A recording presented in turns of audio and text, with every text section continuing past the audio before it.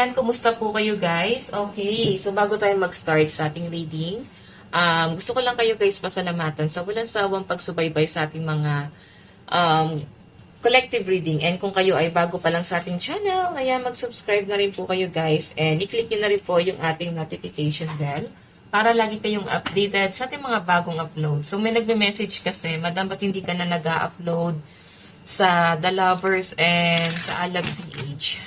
Actually guys, nagpahinga lang talaga muna ako kasi baka na-overwhelm na kayo. Okay? Na-overwhelm na iba sa inyo. Baka nananawa na kayo sa love life. So, tignan natin guys. Kanina po itong love situation. So, meron tayong unrequited love. There's not enough attraction or chemistry to keep this relationship is going. So, may mga gusto nang umalis. May mga gusto nang mag-move on. Okay? Heart-to-heart conversation. Para bang, hindi naman sa nagpapahabol ka. Parang ang gusto mo na lang talaga, magkaroon na ng ending sa inyong dalawa. Kasi parang ayaw mo na rin talagang pilitin yung sarili mo dito sa relationship na to. Ayan, may nakakita ako na parang napipilitan kasi siguro nasa komplikado kayong sitwasyon. Parehas naman kayong attracted sa isa't isa. Ang problema lang guys, ayan, lumipas yung panahon eh. Parang nawala na yung chemistry, nawala na yung spark. So, siguro may mga naguguluhan kung itutuloy pa ba yung relationship. Iba sa inyo guys, possible na kasama, pero parang wala na dun yung care sa isa't isa. Okay? Nawala na yung parang, ayun nga, yung love. No? Siguro hindi ka na nasa-challenge. Nararamdaman na rin to ng person mo. Pwede ito yung person mo. Pwede ikaw to. Na para bang hindi mo na kailangan pang ipilit yung isang tao para mahalin tayo. Kasi guys, ang hirap i-please. Diba, ang hirap i-please ng sarili natin sa ibang tao, lalo na sa love. Kung hindi na tayo mahal ng person natin, palayain na natin, guys. Mahirap yung makikisama ka sa isang tao na para bang sa inyong dalawa, ikaw na lang yung nagmamahal. Okay, so tignan natin. Or baka ikaw yan. Wala ka na lang talagang choice, no? Or pwedeng kampante ka na kasi na nandyan. Hindi siya. Okay. Kanina po itong love situation, spirit guide. Kanina po itong love situation.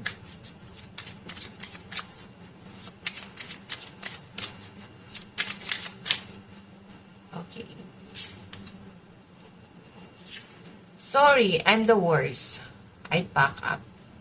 5 of Flutes. I think mahirap nang ayusin ng isang tao na siya mismo hindi niya kayang baguhin yung sarili niya. Okay, so maaaring ang kadil mo ngayon na isang tao na parang narcissistic or maraming bisyo, walang pagbabago. Tignan natin. Kanina po itong love situation. Knight of Rings. Yun nga lang kasi guys, may anak kayo eh. Yun na lang din siguro guys ang nag-uugnay sa inyo or pwedeng kaya naninindigan ka. O pwede lumipas na yung panahon, parang hindi na kayo mga bata, paano pa puputulin. Ano na lang sasabihin ng mga tao na parang kailan tumanda sa pa nag-end yung relationship. The single mom. Oh, ayun o, the single mom. Okay, Queen of Rings. Mari ikaw ay may naunang pamilya. Baka single mom or single dad, or pwede yung kadil mo is single mom or single dad. So, may nakikita ko rito na may natapos na relationship. So, may mga nakikipaglaban dito, no? Okay? May nakikita ko rito na maaaring nafe-feel mo na para bang pinagkaisahan ka, pinagsakluban ka ng langit at lupa. Maaaring ikaw yung nagpilit pa sa person mo na buuin itong relationship na to. Pero talagang mahirap guys eh. Mahirap yung parang magmamakaawa ka sa isang tao para lang buuin yung pamilyang binuo nyo. Ikaw kasi ayaw mo pang iwan. So, baka ikaw to. Okay? So, cheers. Parang isipin mo na ito ay new beginning para sa inyo. Kung feeling mo ay broken family na kayo, iniwan ka na ng person mo, parang nagsisimula ka pa lang dito eh. Hindi pa ito yung katapusan para sa inyo. Kumbaga parang maging thankful ka pa raw.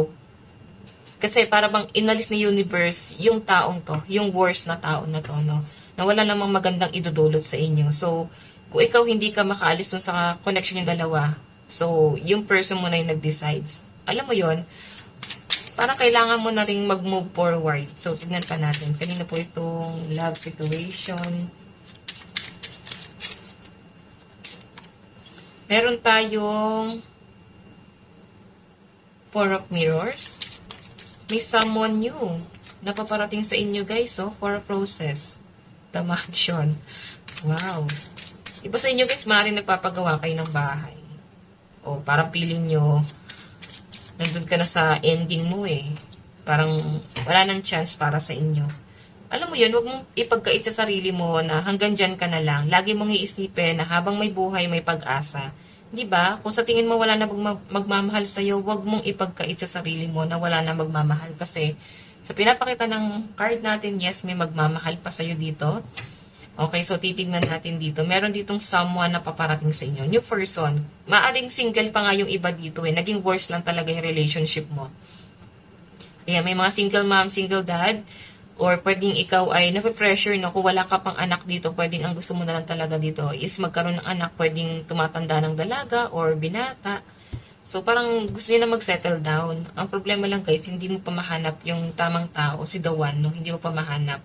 Pero siguro, wag ka muna magmadali kasi ito, oh, the front runner. Wag ka masyadong magmadali kasi darating at darating sa inyo to guys. Tignan natin. Kanina po itong love situation. Meron tayong Ace of Swords. Magkakaroon ka ng matinding realization na para bang, dapat pa ba? Dapat pa ba kayong mag-asawa? Or baka hindi na. Hindi na nararapat sa inyo. Pero meron ka marirealize dito na parang hindi lang pala talaga sa love life umiikot ang buhay ng tao. May nakikita ko rito na parang mas mag-focus ka rin sa responsibilidad mo. Parang gusto mo na lang mabuhay ng may peace of mind or masaya. Tignan natin. So, malakas ang energy ng mga air sign, Aquarius, Gemini, and Libra. Tignan pa natin, guys. Meron tayong Five of Cups, Cancer, Pisces, and Scorpio. So, iba sa inyo, guys, maaaring nagkakaroon ka ng regret na baka hindi mo kayang panindigan or baka hindi mo kakayanin na nag-iisa. Okay? May takot ka lang dito, guys. Pwede nagkakaroon ka din ng struggle pagdating sa career mo. Siguro may pagpapalit ng career or pwedeng mag-end of contract. Yun lang guys yung nakikita ko rito. Okay? Page of Pentacles may nakikita akong offer na paparating sa inyo pero baka hindi mo siya masunggaban agad. Ayan, dumating na sa trabaho, no? Kasi guys, parang ganun yung focus ng energy mo. Baka hindi mo masunggaban agad itong offer na to. Isa pa to sa pangihinayangan mo. So, pagdating sa love life mo kasi hindi ka naman din masyadong focus dito. Oo, mas nakafocus ka sa career mo. So, tingnan natin. Meron tayong Judgment. May delikadesa talaga iba sa inyo guys. Takot kang mahusgahan ng mga tao. Hindi naman porke single mom or single dad, diba? Hindi na pwede magmahal. Diba? Baka kasi iniisip mo pa yung sasabihin ng ibang tao eh. So, hindi ka makakapag-move forward kung nabubuhay ka sa sasabihin ng ibang tao. Okay?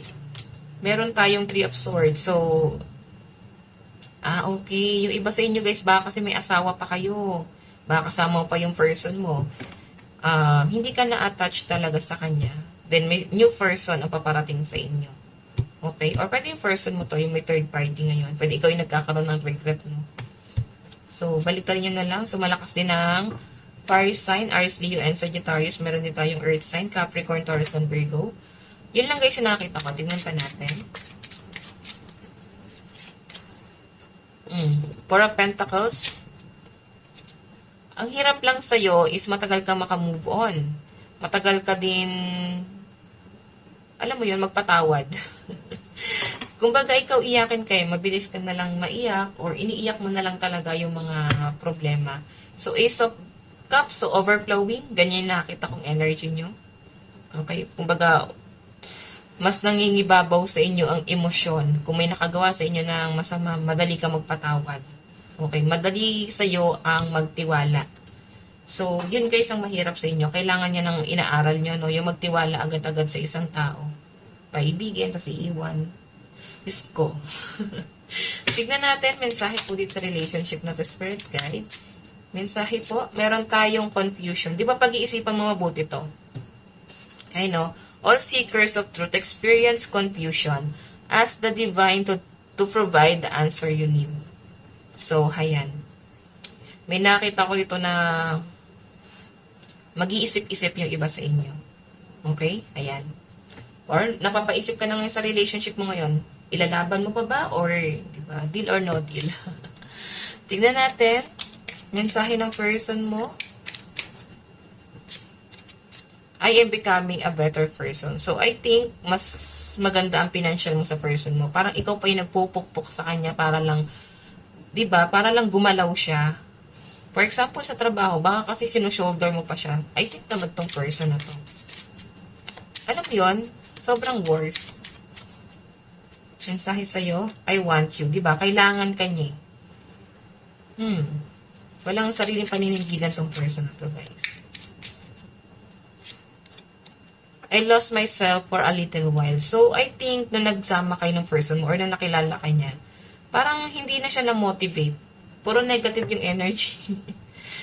Alam mo yung, sa nakikita ko nito guys, naging dependent tong person na to. Dumepende na lang talaga siya sa inyo. Okay? And, baka siya yung may third party. Wala na nga siyang, worse na nga siya, tapos naganap pa siya ng iba.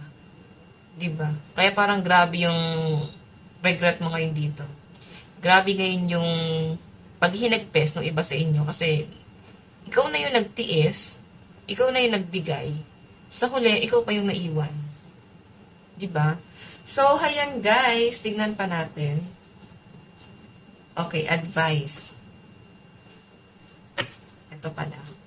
Sige, ito na lang. Advice. Advice po sa relationship na to. Meron tayong repression. Number 22.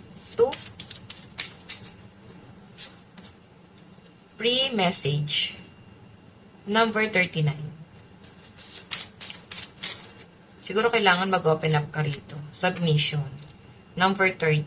Iba sa inyo guys, sa nakikita ko sa inyo, parang nakaka-recover ka na. Hindi mo na rin masyadong iniisip pa. Diba? So, hayan guys, ito lang naman po ang inyong love reading. Kung nagustuhan niyo yung ating reading at naka-resonate ka, mag-iwan ka ng like and comment. Mag-subscribe ka na rin sa ating YouTube channel. Bye-bye guys. God bless and love you all. Thank you.